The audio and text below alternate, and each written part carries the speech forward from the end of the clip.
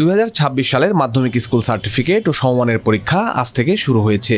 21 April শুরু হওয়া এই পরীক্ষা চলবে আগামী 20 মে পর্যন্ত।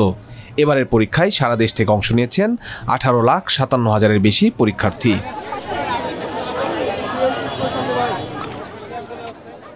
সকাল থেকেই রাজধানীর কেন্দ্রগুলোতে নির্ধারিত সময়ের মধ্যে পরীক্ষার্থীদের পৌঁছাতে দেখা যায়। যানজট এড়িয়ে সময় মতো পৌঁছাতে পেরে স্বস্তি ছিল শিক্ষার্থীদের মধ্যে। অন্যদিকে কেন্দ্রের বাইরের সুশৃঙ্খল পরিবেশ নিয়ে সন্তুষ্টি প্রকাশ করেছেন অভিভাবকরা। স্বাভাবিকভাবেই গেছে, ওরা সাহস নিয়ে ঢুকেছে, কোনো সমস্যা হয়নি। পরিস্থিতি কেমন দেখে কি মনে হচ্ছে? পরিস্থিতি ভালোই মনে হইতেছে।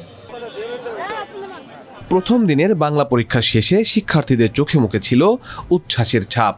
প্রশ্নের মান এবং পরীক্ষা হলের সার্বিক ব্যবস্থাপনা নিয়ে ইতিবাচক প্রতিক্রিয়া জানান তারা। অনেক সহজ, বেশি কঠিন আসে না, বই থেকেই আসছে। হ্যাঁ, বাইরে থেকে আসে না কিছু। পরীক্ষা প্রশ্নপত্র কমনই ছিল, যা যা বলছি তার ভিতরে আসছে। স্যাররাও ঠিক মতো গার্ড দিয়েছে, আমরাও কেউ এরকম দেখা দেখি করি নাই, কারণ আমাদের হলো কমনই আসছে, সো কোনো সমস্যা হয় নাই আমাদের।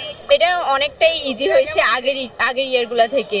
কমন পড়ছে মানে আধ্যাত্মিক প্রশ্ন কমন পড়ছে। মানে আধ্যাত্মিক মানে কি আপনার মাথার উপর দিয়ে গিয়েছে না বুঝতে পেরেছেন? বুঝতে পারছি, মানে পুরা প্রশ্ন তুমি জিজ্ঞেস করবা। আচ্ছা, পুরা প্রশ্ন কমন পড়ছে, A to Z সব লিখে দিয়ে আসছে। প্রশ্নের প্যাটার্ন ইজি হয়েছে, আমাদের সব পাঠ্যপুস্তকে সব পড়ে আসছি, তো আমার কাছে সহজই লেগেছে।